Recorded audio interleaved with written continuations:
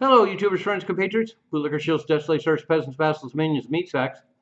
I'm a useful idiot, and welcome. And today I want to talk about John Deere, the company.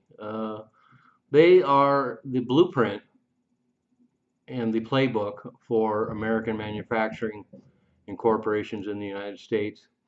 And so this story has been in the news quite a bit, but I think it's just such an archetypical story of how and why these companies move out of the country. I think creates a good explanation. And the explanation is involved in a number of things. One of them is, of course, the tax levels. Even though there's a lot of ways that corporations and manufacturers can circumvent taxes in the United States, they still consider the taxes very high in the United States. And then, of course, there's all the regulations. And a good example of that is of all the things that the Biden administration brags about, one thing they don't brag about that it is at a historical high is that regulations have been hitting record levels in the United States under the Biden administration and cost this country and manufacturers and corporations $1.7 trillion. They put so many regulations in over the last 4 years. And of course, a lot of these have to do with these green mandates, and they particularly affect companies like John Deere and certainly automakers.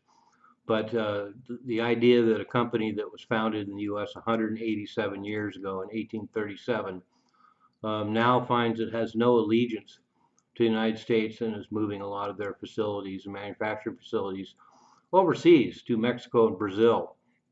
And this brings up another point, and that is the fact that the patriotism is for the citizens. The corporations and the elites and even manufacturers eventually at some point there's no patriotism for them. They don't do what's best for this country. They do what's best for them, and what that usually boils down to in this day and age is what's best for the CEOs. And John Deere is a good example of that. They had $10 billion in profits in 2023, and that's still not enough. And they expanded 109 factories here and globally, and they seem to be solid and have a great foundation, are making great profits. But once again, it's not enough. The allure of moving manufacturing overseas is just too much for them. And that also brings up the fact that the United States workforce used to be very reliable, and they had really good workers in the United States. And I'm certainly assured that in a lot of cases that's still probably true, but overall the American worker has lost its luster. And so the fact that a company like John Deere is going to move their manufacturing to a lot of places like Mexico and Brazil and get a lot of cheap labor, it doesn't balance out anymore that they get such a great workforce in the United States, apparently, at least in their eyes.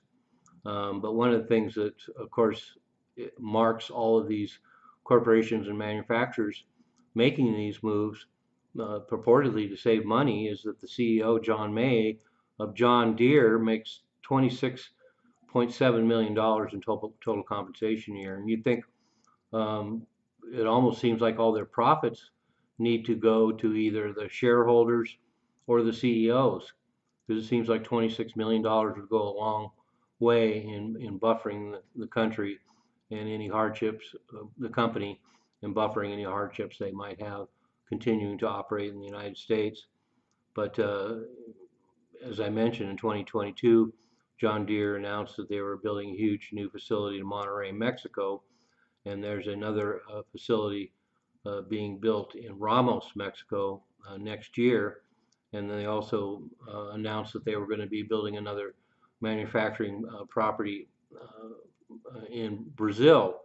And of course that may change now that it looks like Trump will get elected, and Trump has promised tariffs on companies like this who build their machines overseas and then try and ship them back in the U.S. will be hit with huge tariffs. And apparently John Deere is already hedging building this new place in Ramos, Mexico, and also the one in Brazil. But we'll see what happens. But I just think this whole John Deere thing is just an archetype of what's been happening in the United States for at least the last 20 or 30 years. And the fact that they could operate in this country for 187 years, and now we're at a point that it doesn't make sense to them, shows that there's something rotten about the American system. And a lot of it has to do with taxes, a lot of it has to do with regulations, a lot of it has to do with green mandates, and a lot of it has to do with the deterioration of the American workforce. And so I thought I would talk about John Deere. So there we have it. John Deere is giving us a Dear John letter to America. I'm a useful idiot, don't you be one too.